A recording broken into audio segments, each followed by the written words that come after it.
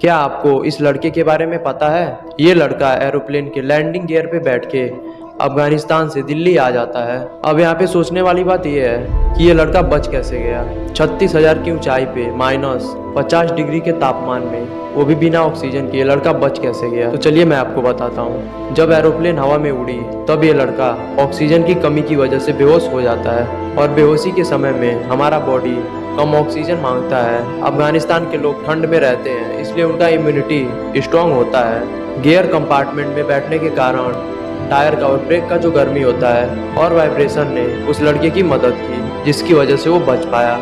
इसलिए ये लड़का बच पाया और 90 मिनट का ये सफर तय कर